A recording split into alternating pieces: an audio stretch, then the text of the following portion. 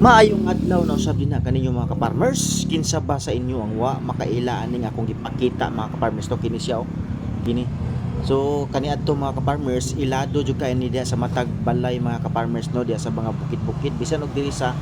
syudad mga ka-farmers naa ni siya, pero tagaran ani nga makita nato na gyud diha sa mga bukid-bukid. Mao ni siya mga ka-farmers ang kaguran sa lubi mga ka-farmers. Ug nga mao po ni siya kasagaran mga ka-farmers ang ginahulam-hulaman kaniadto dinha sa matag panimalay mga ka-farmers no, silingan kasagaran manghulam ani mga ka-farmers niya sahay dugay ug uli niya kasagaran mga ka-farmers basta nasa bukid pahilig yun mga ka-farmers sa tinunuan no, kanang gata mga ka-farmers ba kay mga gulay-gulay man ang ato ang mga masud-an-sudan diha mga ka-farmers sa matag bukid-bukid mo na siya na gina siya mga gata-gata no, gata gina siya unya pod mga ka-farmers sahay dugay pod mauli sa tong silingan niya lami na kayo magtuno mao pod na siya mga ka-farmers ang mamahimong hinungdan sa away-away sa matag silingan mga ka-farmers. Nana gina sa mga ka-farmers tugan dugay mauli ang kaguran. So ug dinhi nga tungura mga ka-farmers maghimo ko og kabayo no, kanang lingkuranan ba sa kaguran mga ka-farmers kay nahuman naman ako og himo ang iyahang blade mga ka-farmers katong stainless nga materials nga tong gigamit katong stainless round bar mga ka-farmers no, nahuman naman ko tugdok yan nahuman na po nako siya og butang og ngipon mga ka-farmers kung nakita niyo sa mga previous na ko nga videos mga ka-farmers sa mga nakakita niadto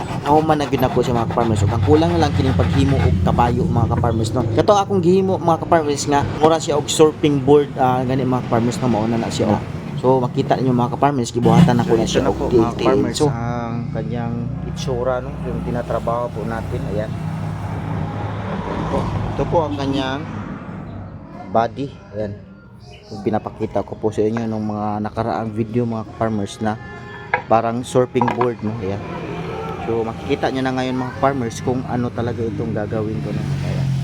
Ug kung nakabantay dahil mo mga ka-farmers nga nagtagalog ko diha og gamay kay gusto mo gud nako mga ka-farmers nga tagalogon nako ako ang voice over pero dili man gud nako ma-express ang tanan akong gibati mga ka-farmers dinhi sa ako ang paghimo nako sa kaguran kung magtagalog ko kay bistak baya jud ko mga ka-farmers to bisayang dako dili kay ko ka-express kung magtagalog ko pwede ra siguro og tagalog kanang ginagmay lang dili kayo siya nga yun ani nga content ba mga ka-farmers. So karon mangyo lang sa ako sa inyo mga ka-farmers nga magbisaya lang sad ko mga ka-farmers. Sa doon po sa mga Tagalog dyan, pasensya na po kayo mga ka-farmers na Tagalog.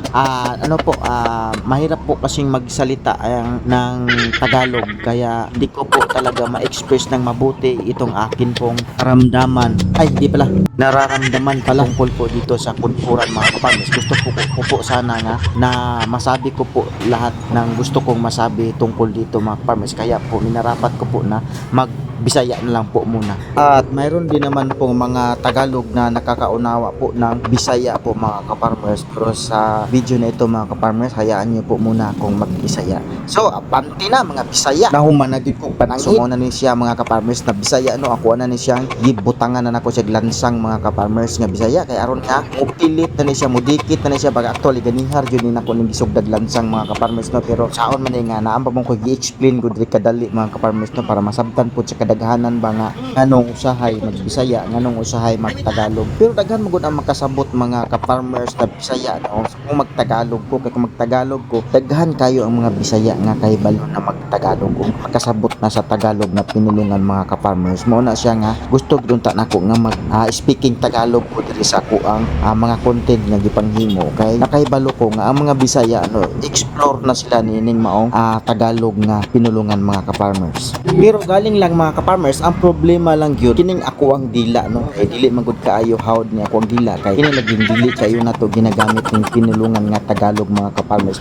wala na exercise ning ako ang dila magsapid-sapid na pero masabtan gud gyapon ba siya nung gihiwi-hiwi og nagkabalintong-balintong pa ni ako ang pinulungan nga Tagalog pero masabtan gyapon labi na og function gid ninyo og sabot